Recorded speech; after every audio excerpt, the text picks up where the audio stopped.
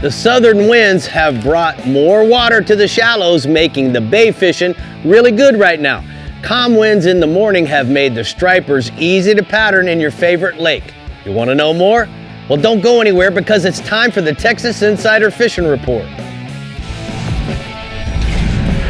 Welcome to the Texas Insider Fishing Report. Presented by Yamaha. Welcome back to the Texas Insider Fishing Report. We're your hosts, Brie Gabrielle and Captain Rick Murphy with the what's what, the who's who, and the best bite going in the Texas fishing world. And Rick, we've had some time with some weather in certain areas and moon changes, but it looks like everything's kind of back on track for the weekend. It absolutely is, and certainly the heat is still part of the equation, but the fish are still biting. And you know what? That south wind is what a lot of those dudes like. It brings, as Bink would say, it greens up the bays. Greens up the bays. All right, well, I'm sure Dave Farrell has more to add to this fish catching conversation over yonder at the workbench. Dave. Yes, we're going to talk a little bit about some of that bay fishing with some flounders, because pretty soon, it's seems like a little ways off, but once the cold fronts start coming through and those flounders are going to be starting to move around in those bays, we're going to show you how to go get them. Well, there we go. Alrighty, we're going to begin in the lower fresh region on Lake Falcon, Choke Canyon, and Fayette County with Matt Reed. Matt, start your engines. Let's go. Let's roll. We're going to start off talking with the largemouth bass report. Start off at Falcon. The bass are biting well down here. The lake is really low, but we did get some good news. Got 8 or 10 inches of rain upstream yesterday, so we'll be getting water into the lake. So, we'll gain a few feet anyway, which we'll take any we can get. But what you want to look for, the bass are concentrated on the main lake rock and man-made brush piles. One thing you're going to need to be sure of, if you have history here, be sure and keep an open mind, because at this lake level, there's a lot of new places where that deep rock is going to come into play. The best techniques are still Texas rig worms, football jigs, and stand-up heads with a soft plastic on the back of them, and also a 10 to 15 foot diving crankbait. The fish are hanging in that 10 to 20 foot range, and as always, my favorite summer colors of soft plastics down here are plum and plum apple. On your crankbait, you need to have some chartreuse in it. Blueback chartreuse and citrus shed are my favorites. Right now, you need to keep bouncing around from place to place till you find an active group. Catch all you can when they're going, and you'll need to come back to that area the same time the next day. They tend to fire up about the same time. The giants truly love summertime down here, so brave the heat and come out and chase your Falcon special. Mike Bates sent a report from Choke Canyon. Bite continues to be good. A little slower in the morning than it has been because we're just getting behind that full moon. It'll pick back up in a few days.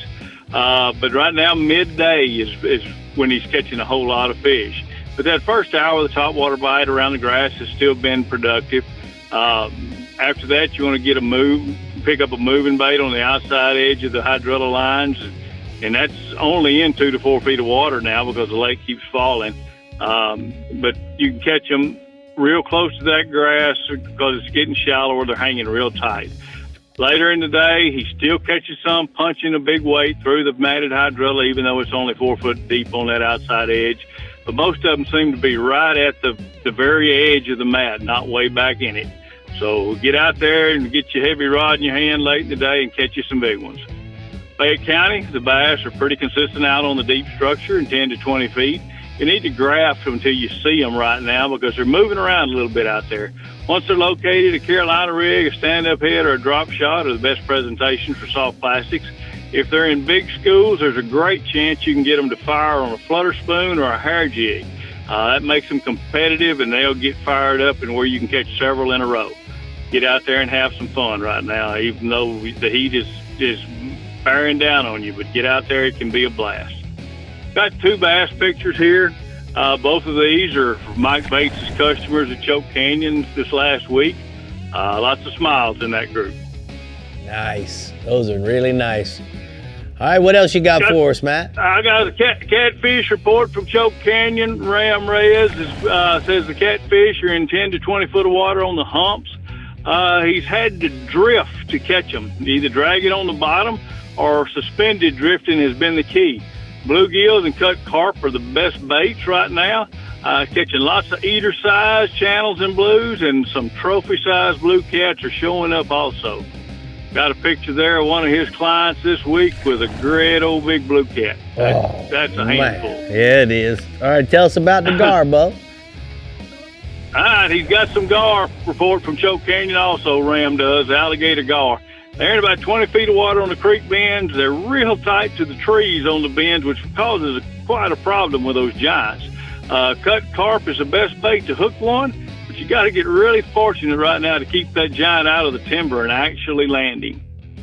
Now, that picture with that guard, that young kid, that's what it's all about. We love to see kids smiling that big. Oh. Yeah, you're absolutely Never right, forget Bub. that. It gave us a thumbs up and everything. So cute. Job well done for starting us off this week, Bud. And we're going to go ahead and take a look at the Fiber Tech hotspots for the Lower Fresh region. My man Matt says Fayette County bass are grouped up on the deeper points in 15 to 20 feet of water. Carolina rigs, stand-up heads, and drop shots are all producing. Those flutter spoons and hair jigs have also been firing up the schools. Brave the heat and get out and have some fun. All right, let's head up to the Fish Bites Upper Coast region where you can ask for a better inshore and offshore bite. So let's check in with Captain Carl Weston and see what that is. It's looking like a good time up there, Carl. It is a great time to fish right now, and we're just 2 weeks into August, and let me tell you, the trout bite on the beach right now is amazing. We've got beautiful water right now. It's bringing in tons of bait, nice fish right up to the water's edge, which is amazing. Top water for us has finally hit full stride. And, you know, it's just that time of year where you want to get out and try those new Berkeley lures and tear up some fish. Live shrimp and croaker, as usual, has been our natural bait choice. Rigged on a popping cork with I use a 4-aught Eagle Claw treble hook. Okay, over in Galveston, the oyster rigs are holding some really nice fish too. Right along those grassy shorelines, the bait is schooling up. That makes it easier to fish and to catch bait headed to your spot. That morning bite has produced better fishing conditions of late. With these rain showers we've had, it's much cooler up until about 10 or 11 o'clock. And it's a much needed break for both the fish and the anglers with that heat we've had all summer. We have a picture today with Mr. Leon and a nice trout. Nice. And let's bump over to redfish. There have been some large schools of slot reds along the shorelines over in Sabine Lake.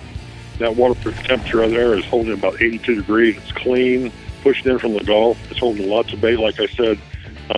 The rain has muddied up right around the edges, but it makes it easy to fish. We fish that little muddy break between the clear. It's where the fish are chasing bait. And so moving over from there down to the Galveston jetty, guys, the bull red bite is on fire. We've talked about in the past. The boats are going out just anchoring up near the jetty mouth, tossing out a chum bag, Rick. You can rig live or dead shad on about a 50 to 80 pound leader. We use an 8-aught trocar hook with about an 8-ounce sinker. And I like to freeline a couple of bait out the back as well. You cover the whole water column. There's no telling what you'll catch there. Artificial baits are working as well. There's that many fish. The fish bites, that Fight Club shrimp or courthouse jig head in light colors, shrimp flavor. Like we talked about the Burko Chop-O-Natty in black chrome or bone. Don't forget to try the rocks along the Texas dike. Watch for the birds in the slick in that open water. The birds, be your eye in the sky. Just check your Garmin. It'll show you right where to hit those reds. And back with another pick today, we have Mr. Ortega with a nice redfish. So, bumping offshore, guys, let's talk about snapper again. The season is coming to a close. Let's finish it off with a good one. The fish are getting bigger, like I've been talking about with this temp and the heat index. The snapper is finally making a big appearance, a big fish. These red snapper have been hanging out in 80 all the way out to 300 foot. And right now, they're almost everywhere. It was tough early in the season, but now the big boys are in. Structures holding fish, little rock fowls, wrecks. And we've been hitting it this week. We've been using live shad, and it seems to be a little trick. So, and on the CCA Star Tournament, if you're going fishing, please sign up. There's still some open slots out there. There's fish that can be beat. And today, we have a picture of Mr. James with a nice big red snapper he caught. Nice. So let's talk about Dorado. right now in that 200-foot depth range, there's some beautiful blue water pushing in for the east, and we've got weeds, we've got debris, we've got everything you need along the current breaks, and it's paid off this week. I have seen just reports of beautiful, beautiful Dorado being brought in. I saw a cleaning table the other day with a full party that brought in near 90 Dorado. So, I mean, I was glad I wasn't having to clean that party's fish that day, but there are tons of fish out there. They're beautiful. Trolling is a must on these. Watch your speed. Keep around 6 to 9 knots. Find your little sweet spot. If you're getting strikes, on larger lures, but not having any like hooking up and downsize a little bit for these fish, and you'll find your little spot. R&R Tackle makes mahi magnets, 4 3/4 length. I like the purple and pink. White colors been huge this week. And a picture of Danny with a nice Dorado today. Man, thank you so much for all the pictures this week, Carl. Good job. And we're going to go ahead and take a look at the R&R Tackle hotspots from the Upper Coast region. He says inshore, chasing the trout in the oyster reefs with Galveston Bay, using live shrimp on popping corks or a piece of fish bites rigged on the Carolina rigs. And then offshore, the closing out the snapper season, the red snappers have been hanging out on 80 to 300 foot depths using slip rigs, 8 to 10 ounce egg sinkers with an 8.0 Trocar circle hook. 90 Dorado. 90. Did you hear that number? 90. That's insane. Fish bites, But Upper Coast region. The one thing I don't understand, why? Why? I understand that. Why Maybe they have a big are you going to family. catch 90? Maybe That's it's a a lot. big town. Here's what I'm going to I say hope to they fed that. the whole town. BS. Come on, guys. Take what you need and let it go. Or maybe Let the they're rest feeding go. their family and they're having a big cookout. Feeding their family and the family's family, and then Labor the next Day's one. coming up. Anyway, we're casting into the Come on, Star-Tron guys. Middle Fresh region next. But first, Dave is getting his gear in check for some rigging and techniquing. You ready, Dave? I'm ready. We're going to talk about those flounders because they're really good to eat too. Really good. I don't think you could eat 90 of them. I think you could, Dave. I could try. We'll be back.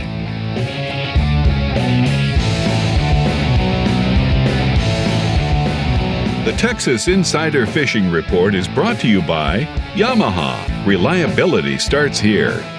Fenwick. Feel everything. Bahio Sunglasses. Blue light blocking. Radically clear lenses. Garmin. Plot your paradise. Fibertex. Leaders in fiberglass fabrication and repair. Sportsman's Adventures. Fishing for adventure. Berkeley. Your fish, our science. And Skeeter Performance Fishing Boats. Eat, sleep, fish.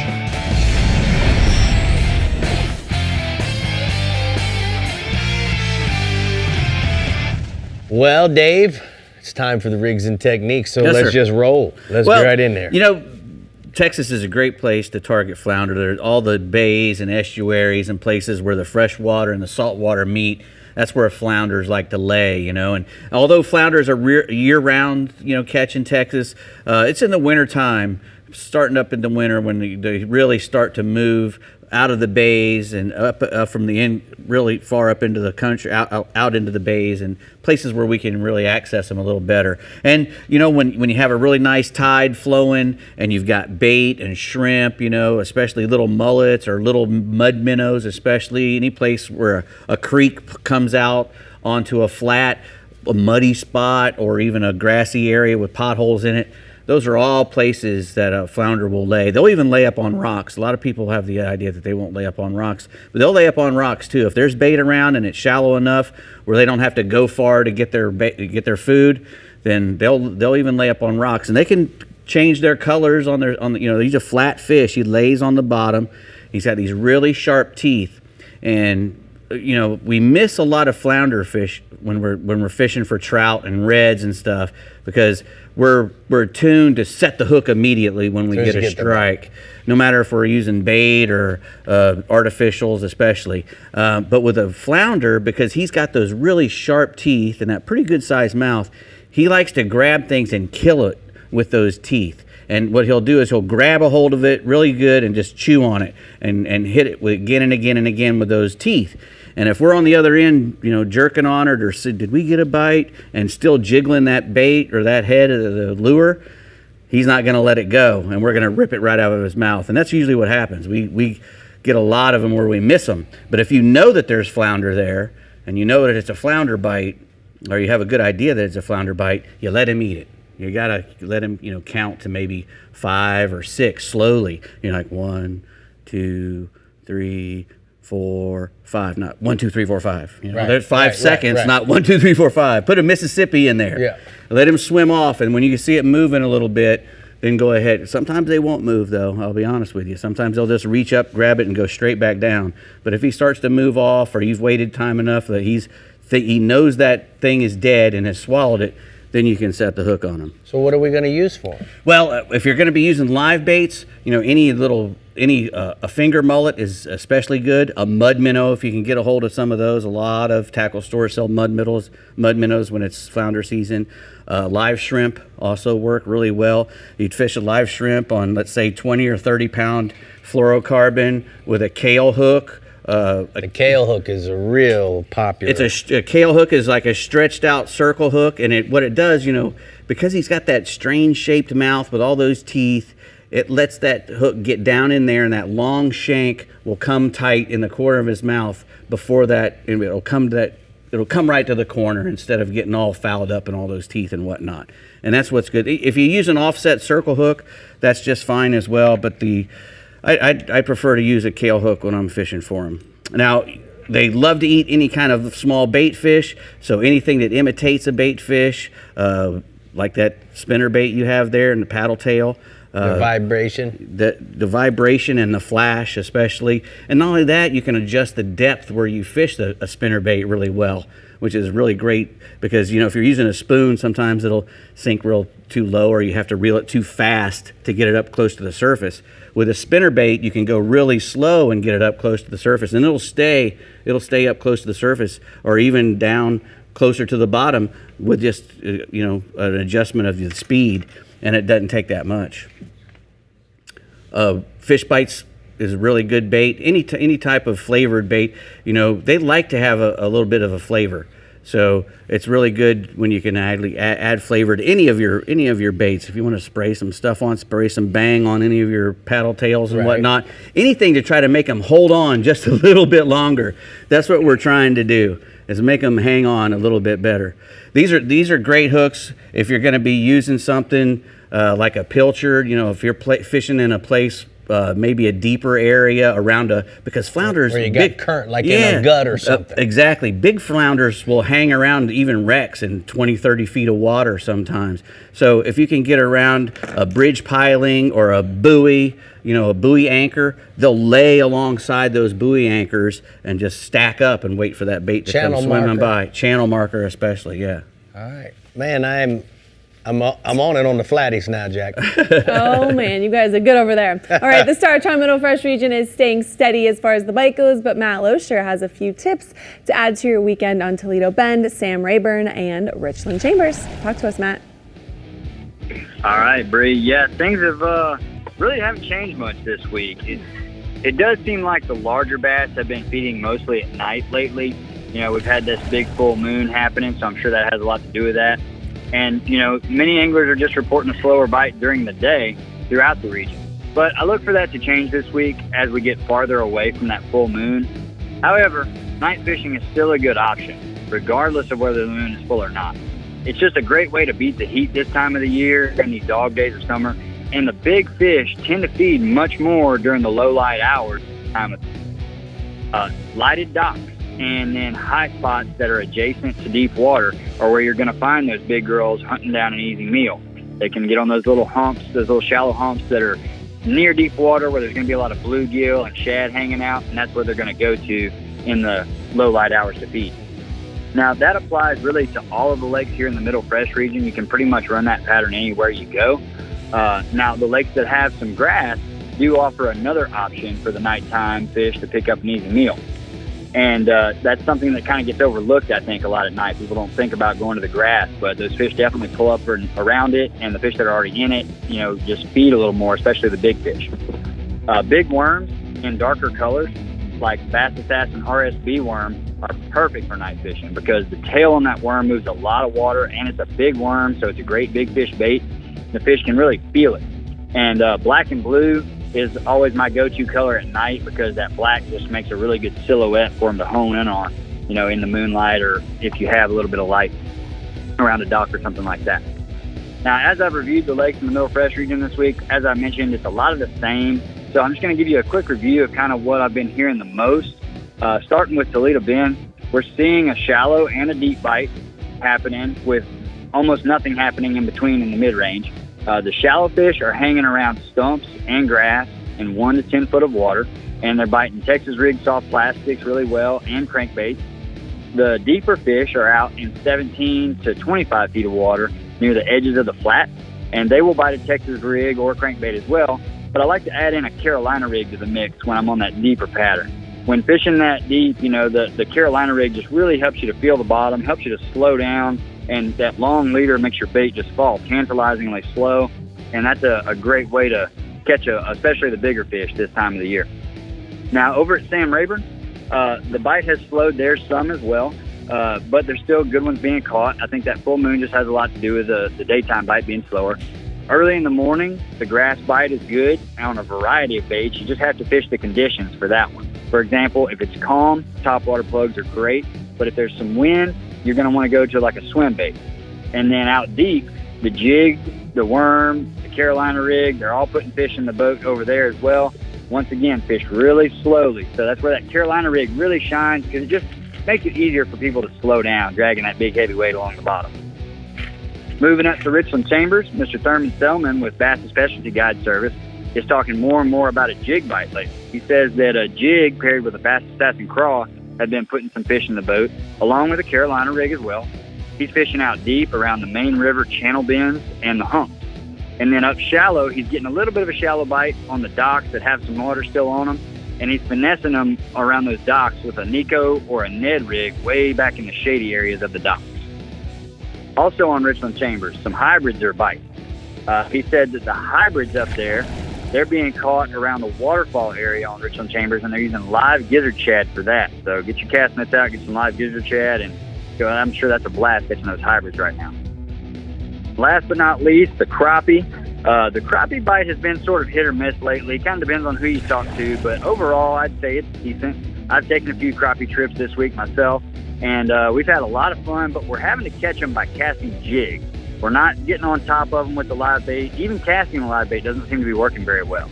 But we are still catching them in 20 to 30 feet of water around the timber and the bridge pilings. And the fish have been biting, like I said, that jig way better. I'm using monkey milk with a chartreuse tail mainly this week. Seems to be the best. And I'm staying back away from them, casting that jig on a light, like a 32nd ounce jig head, letting it fall real slowly down into them, and that's worked much better for me. And I'm going to leave you this week with a photo of 4 gentlemen that I had this past Wednesday. We had a blast catching some slabs that day on those jigs, as you can see there. We had a great time, and look forward to having those guys again. Yeah, man, that looks good, dude. All right, we're going to go ahead and take a look at the Rodan Marine Systems hotspots from the Middle Fresh region. He says the bass bite is divided between a shallow and a deep pattern in 1 to 10 feet and 17 to 25. Texas rig plastics are the most consistent for both patterns. Hybrids are biting around the waterfall and Richland Chambers, and the crappie are biting jigs around the deep timber in 20 to 30 feet. And that's why you got to watch the show, because That's they're biting right. jigs.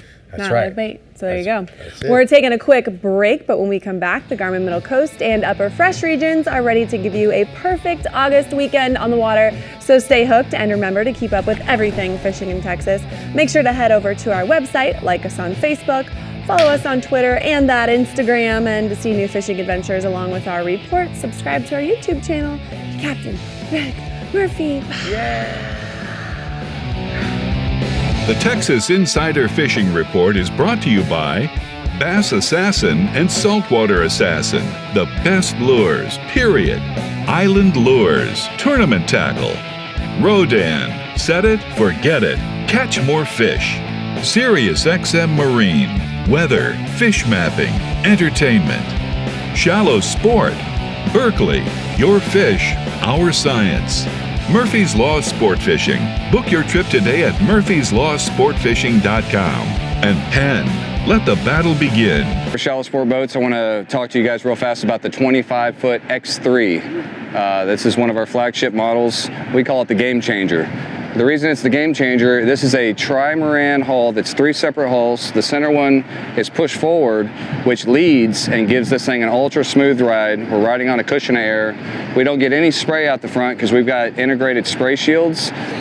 This is going to be one of the smoothest 25-foot boats on the water. It's also very stable, so when you get a lot of people walking around on this boat, you're not going to get a lot of movement. It's been a great fishing platform for all over Texas, shallow water. We have guys that fish offshore, the beach, the jetties. It's just a great overall platform for the whole family, fishing, taking it to the sandbar. We can rig it with all kinds of stereos, speakers, GPS. We've even got a dual top drive on this one. As you can see, we can crawl up here and we can drive from the top. So when you're cruising the flats, it just gives you a lot more visibility. People love it. If we come to the back, you've got 3 different live wells. You've got integrated fish boxes. We've got in-deck rod storage for up to 8 rods that are 9 foot long. And this one features a 300 Yamaha XTO. It's got the power steering. We got dual, these are the 10-foot power poles. We got a boarding ladder. And then on the motor, we have what's called the anti-cavitation plate. It's a fiberglass plate that mounts from both sides, and that holds water around your prop and is much better for hole shot, shallow water, and those types of things. You know, this is a great boat for dual purpose, shallow water, deep water, rough water. It's dry, it's stable. It just checks all the boxes for the whole family. It gives you more days on the water. So check out the 25X3, go to our website, and we got all kinds of videos and information on there. I hope you check it out. Guys, it's pretty simple. You just got to go check all the boxes. There you go. That's it. All right. We're getting the 411 on trouts, red, snapper, and kingfish in the Garmin Middle Coast region. So listen carefully to Captain Bink Grimes. Go for it, Bink. Hey, we enjoyed 5 days in the surf last week, and catches were really, really good. Then the water's cleared and most of the trout moved deep, so we moved to the nearby jetty and worked the rocks with live shrimp and found trout to 5 pounds. Those areas around Pascaval, they've been good with tide runners entering and exiting the pass. Soft plastics like mirror lure provokers and bass assassins have worked well, along with glow chartreuse, little johns, and purple demons. And Palacios, it's been harder to find trout on those windy days, but here lately, man, it's just been really, really calm. Early morning's been great. That north shoreline of Palacios around Caronquia Bay and all that has been good for waders.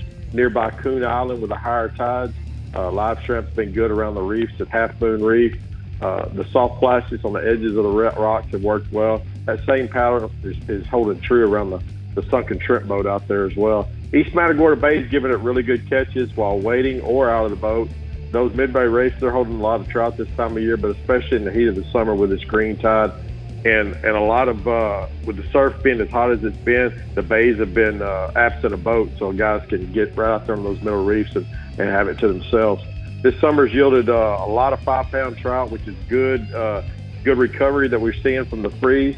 And you know, it's a tribute to our conservation efforts. We're just starting to grow a better trout because people are really taking care of them. Guy Linsmith said he's been heading southern reaches of San Antonio Bay and finding trout over sand and grass on small top waters and soft plastics. Those wading with soft dines, those mirror lure soft dines have done well, as have bass assassins in the chicken on a chain and the mama's chicken. A photo there's a sunrise trout taken at the Matagorda Jetty last week. We quickly released it back. There were just a lot of 5 and 6 pound trout caught last week, and really, really, really good stuff going on down here. Redfish, August is normally a tough month to find redfish consistently in the shallows.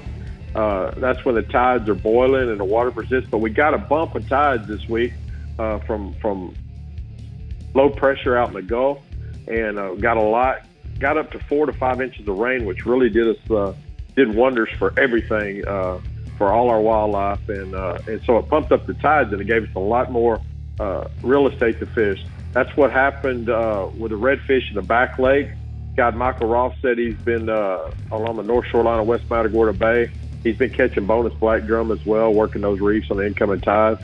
Then the waders on the east end of East Matagorda Bay found redfish while wading Brown Cedar Flats, Bird Island, and Catch-All. There's also a lot of bruiser redfish around the log and drifting Lake Austin. Of course, all these areas are great during high tides.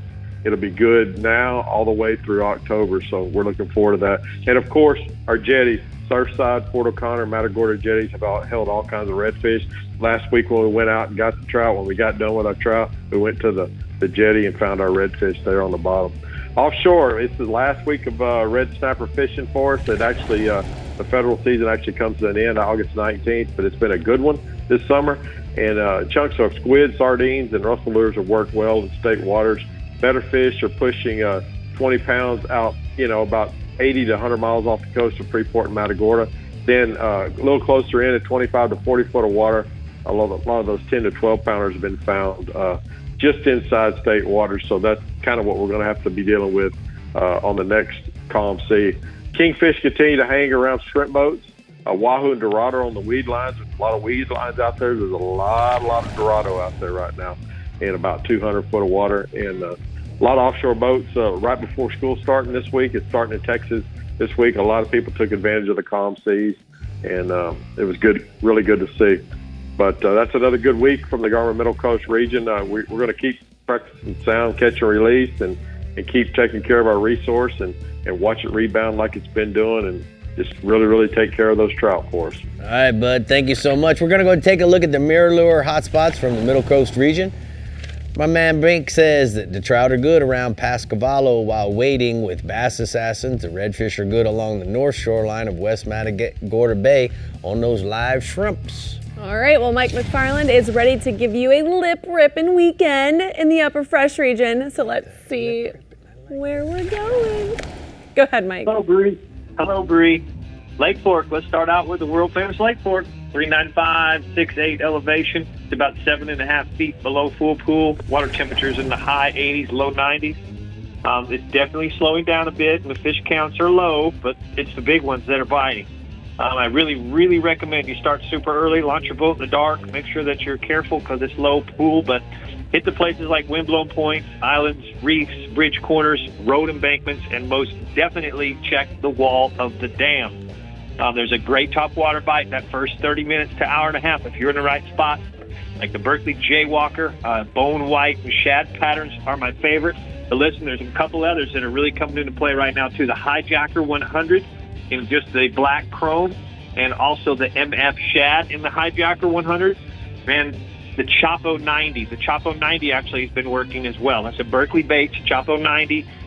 I really recommend that you use the black chrome on the cloudy days, but if it's sunny, anything shad works. So once that sun gets real high, switch to those Texas rigs and shaky heads once again. Best colors, as always, are the blue flag, your motor oil, plum, or even June bug. I really prefer the Texas rig on that. And I'm going to usually use a half-ounce bullet weight with 20-pound fluorocarbon line on my Abu Garcia Veritas rod. I really like to fish the brush piles and the submerged timber very slowly.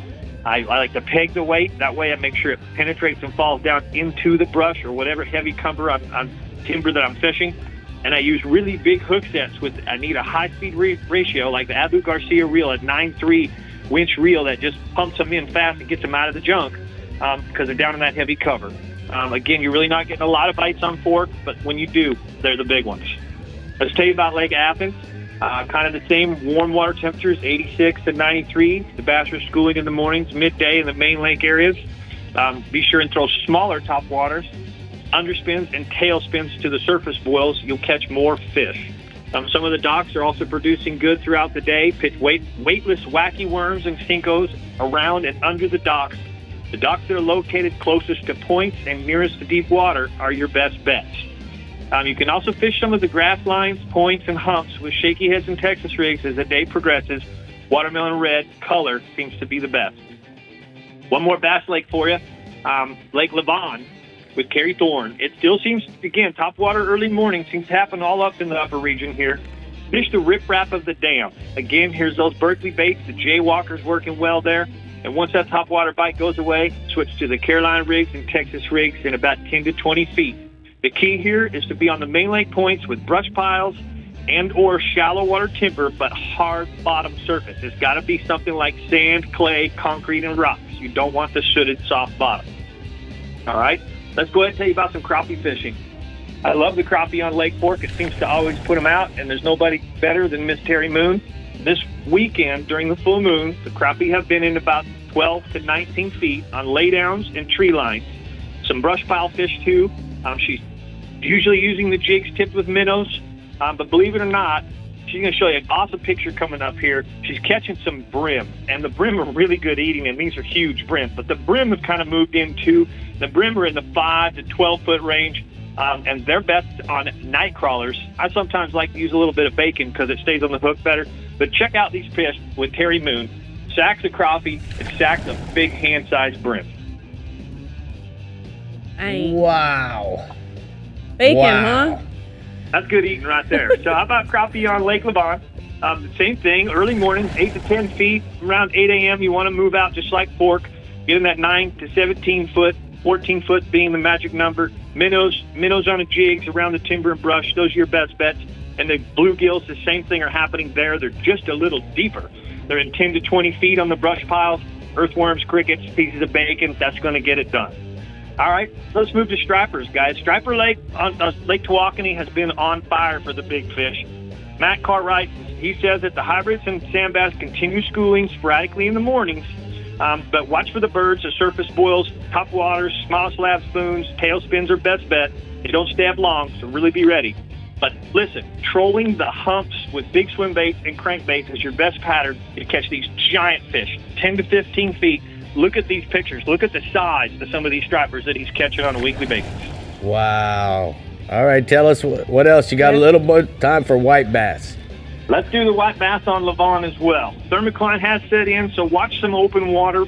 You can have that early morning topwater action just like on Tawakoni. The fish are schooling. They don't stay up long, so be ready. Try and make long casts to those boils. If you stay away from those boils, they'll stay up longer.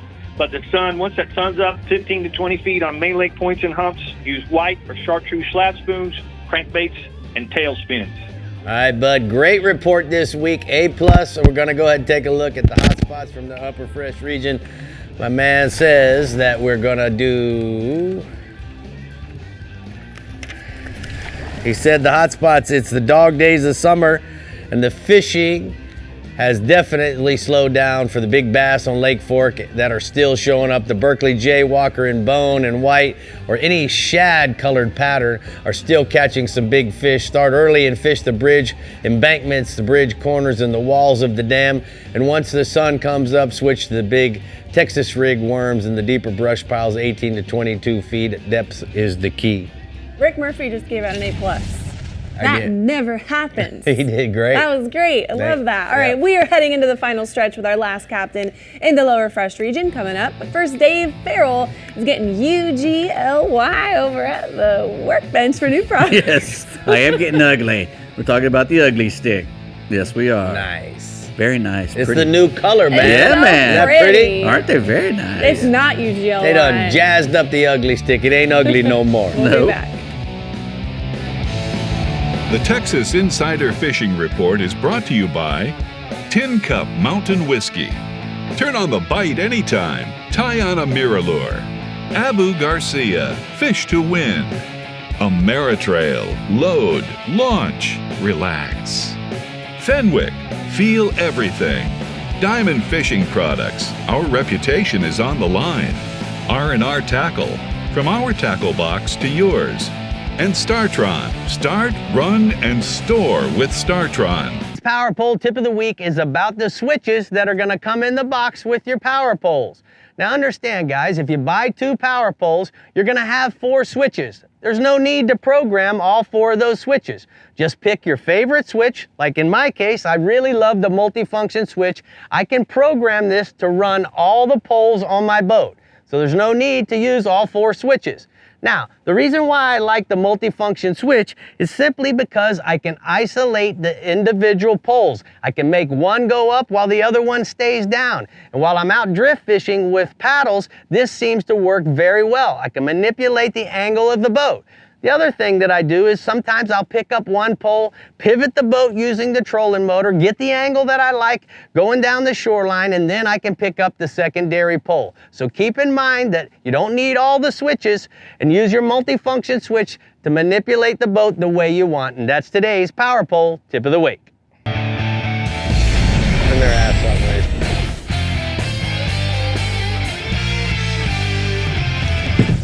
Well, we're trolling the edge with Taco Marine's new products, Dave, like we do every week. So where do you want to start? Well, we're going to start with the booze, man. We got some Tin Cup down there, some straight mountain rye whiskey, and, back in the days, in the late 1800s out in Colorado and the West, rye whiskey was the whiskey. Whenever a guy strolled into a saloon and bellied up to the bar and said, "Give me some whiskey," that's what he got. He got some rye whiskey usually.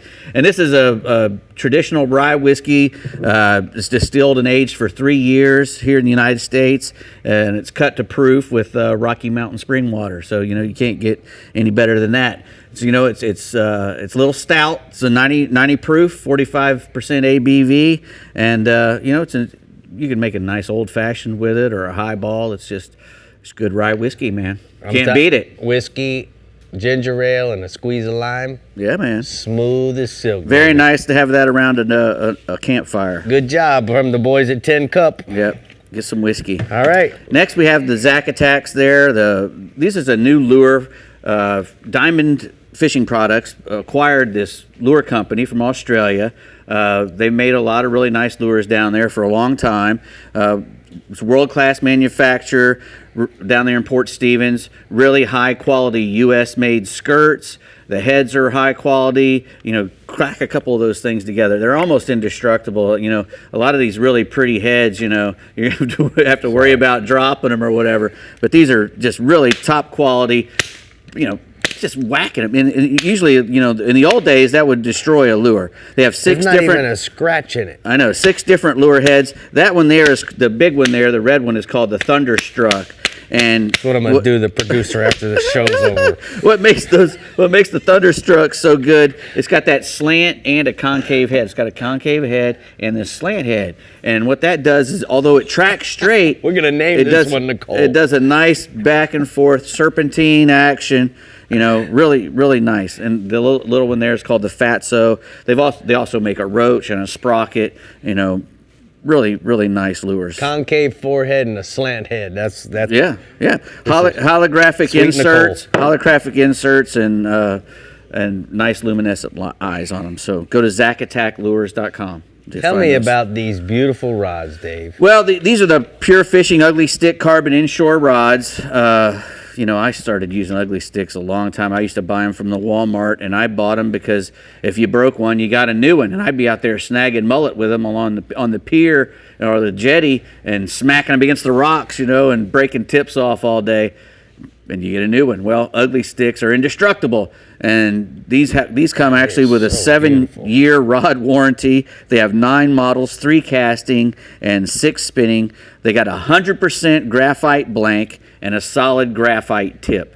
So if you want to put a whooping on something, these are the rods to do it. They have really nice one-piece stainless steel guides. Conventionals. Exactly. Stuff can't fall apart. They shrink tube on the really nice handles here, on some of on the non-cork ones, and just really good rod. I think I'm gonna take these home. Yeah. After we debut that should be a good idea on the Florida Fishing Report. If I don't sneak out first, purefishing.com to take a peek at those. Yeah, I like that. Very nice. All right. Last but not least, we have the TH Marine multi-filament polypropylene line. It has a nice splice in it. It's 15 feet of 3/8 inch line. It's good for tying up to the dock, hanging a fender over, whatever you need a dock line for. This is what you need right here. It's got 190 pounds of safe working load, 950 pounds braking strength, and it's UV resistant. So and I like the fact, Dave, that it comes pre-sliced. But what I really liked about them, yes, is that the length. So some cleats are bigger than others. Right. So now this will go around those big cleats on your center console. It's got a big loop. Yes, sir. Those beautiful uglies over there. Very nice. Look better over here. Not with you. Some days they match your eyes, Brie. Some days. Yeah. All right, if the water is calling your name, then trout should be your game this weekend in the lower coast region. So let's see just how good it is with Captain Chad Kinney. Button us up, Chad. Tell you what, it's been great. The trout bite, we're going to talk about that, and we're going to move to offshore, but the trout bite has been great.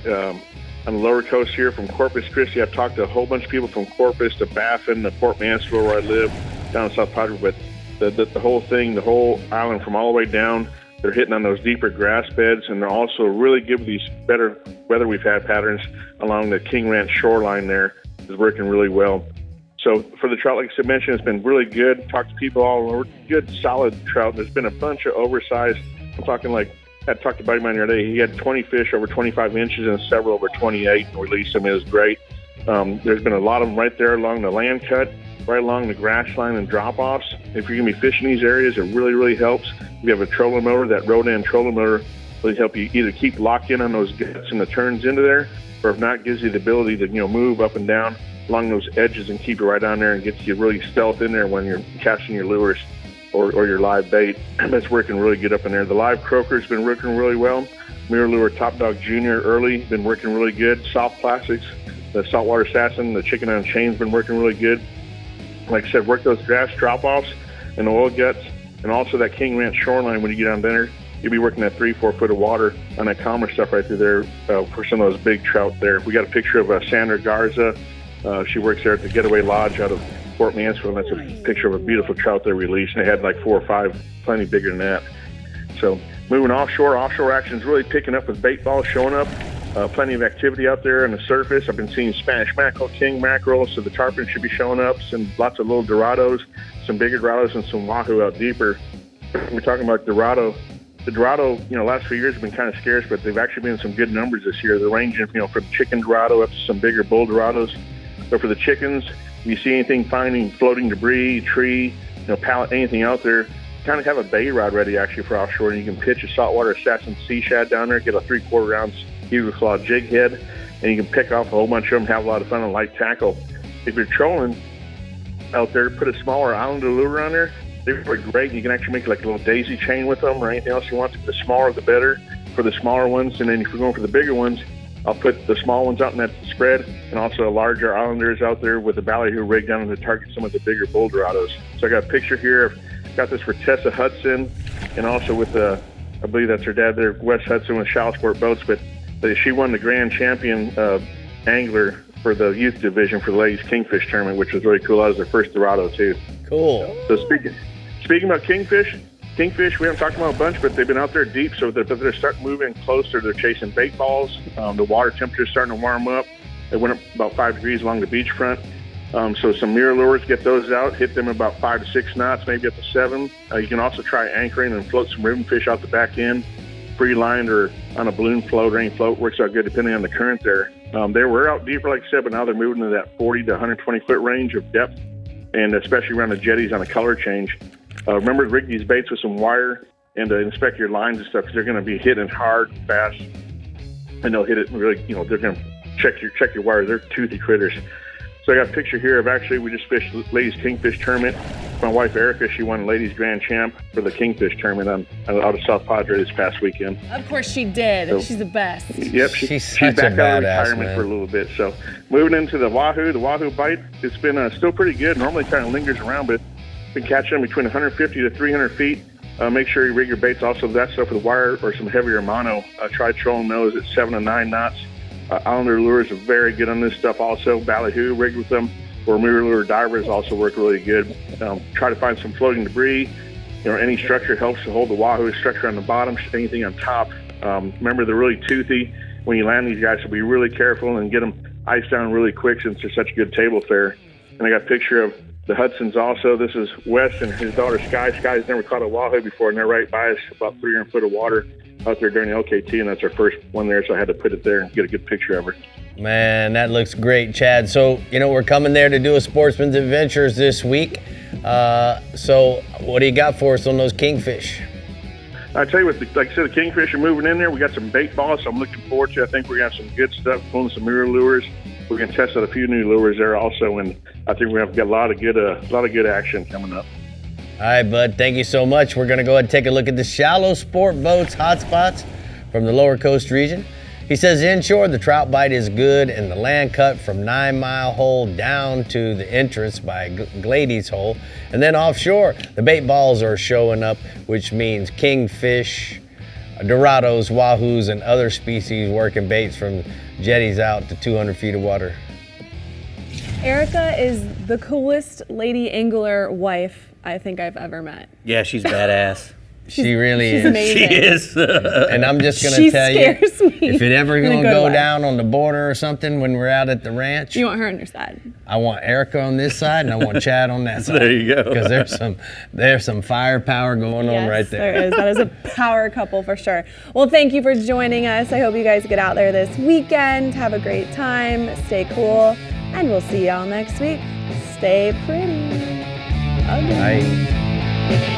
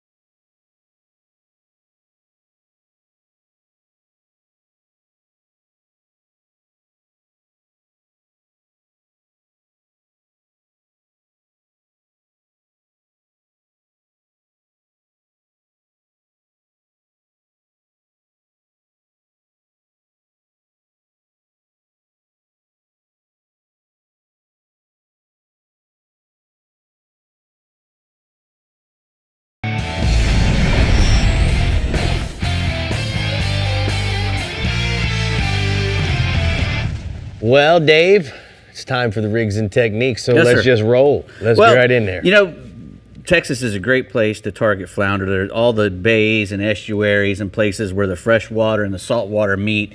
That's where flounders like to lay, you know. And although flounders are year-round, you know, catch in Texas, it's in the wintertime, starting up in the winter when they really start to move out of the bays and up from the end, really far up into the country, out into the bays and places where we can really access them a little better. And you know, when you have a really nice tide flowing and you've got bait and shrimp, you know, especially little mullets or little mud minnows, especially any place where a creek comes out onto a flat, a muddy spot, or even a grassy area with potholes in it. Those are all places that a flounder will lay. They'll even lay up on rocks. A lot of people have the idea that they won't lay up on rocks, but they'll lay up on rocks too. If there's bait around and it's shallow enough where they don't have to go far to get their food, then they'll even lay up on rocks, and they can change their colors on you know, he's a flat fish. He lays on the bottom.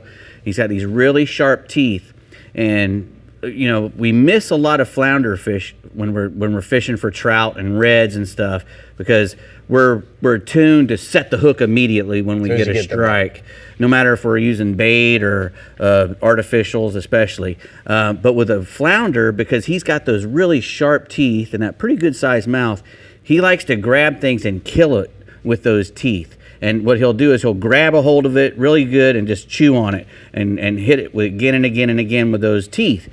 And if we're on the other end, jerking on it or did we get a bite and still jiggling that bait or that head of the lure, he's not going to let it go, and we're going to rip it right out of his mouth. And that's usually what happens. We get a lot of them where we miss them. But if you know that there's flounder there and you know that it's a flounder bite, or you have a good idea that it's a flounder bite, you let him eat it. You got to let him, count to maybe 5 or 6 slowly. You're like 1, 2, 3, 4, 5. Not 1, 2, 3, 4, 5. There's 5 seconds, not 1, 2, 3, 4, 5. Put a Mississippi in there. Yeah. Let him swim off, and when you see it moving a little bit, then go ahead. Sometimes they won't move, though. I'll be honest with you. Sometimes they'll just reach up, grab it, and go straight back down. But if he starts to move off, or you've waited time enough that he knows that thing is dead and has swallowed it, then you can set the hook on him. So what are we going to use for him? Well, if you're going to be using live baits, a finger mullet is especially good. A mud minnow, if you can get a hold of some of those. A lot of tackle stores sell mud minnows when it's flounder season. Live shrimp also work really well. You'd fish a live shrimp on, let's say, 20 or 30 pound fluorocarbon with a kale hook. The kale hook is a real popular. It's a kale hook is like a stretched out circle hook, and what it does, because he's got that strange shaped mouth with all those teeth, it lets that hook get down in there, and that long shank will come tight in the corner of his mouth before that, and it'll come right to the corner instead of getting all fouled up in all those teeth and whatnot. And that's what's good. If you use an offset circle hook, that's just fine as well. But I prefer to use a kale hook when I'm fishing for them. Now, they love to eat any kind of small bait fish, so anything that imitates a bait fish, like that spinner bait you have there and the paddle tail. The vibration. The vibration and the flash especially. And not only that, you can adjust the depth where you fish a spinner bait really well, which is really great because, if you're using a spoon, sometimes it'll sink too low or you have to reel it too fast to get it up close to the surface. With a spinner bait, you can go really slow and get it up close to the surface, and it'll stay up close to the surface or even down closer to the bottom with just, an adjustment of the speed, and it doesn't take that much. Fish bites is a really good bait. Any type of flavored bait, they like to have a little bit of a flavor. So it's really good when you can add flavor to any of your baits. If you want to spray some stuff on, spray some bang on any of your paddle tails and whatnot. Anything to try to make them hold on just a little bit longer. That's what we're trying to do, is make them hang on a little bit better. These are great hooks if you're going to be using something like a pilchard. If you're fishing in a place, maybe a deeper area because flounders where you got current, like in a gut or something. Exactly. Big flounders will hang around even wrecks in 20, 30 feet of water sometimes. So if you can get around a bridge piling or a buoy, a buoy anchor, they'll lay alongside those buoy anchors and just stack up and wait for that bait to come swimming by. Channel marker especially, yeah. All right.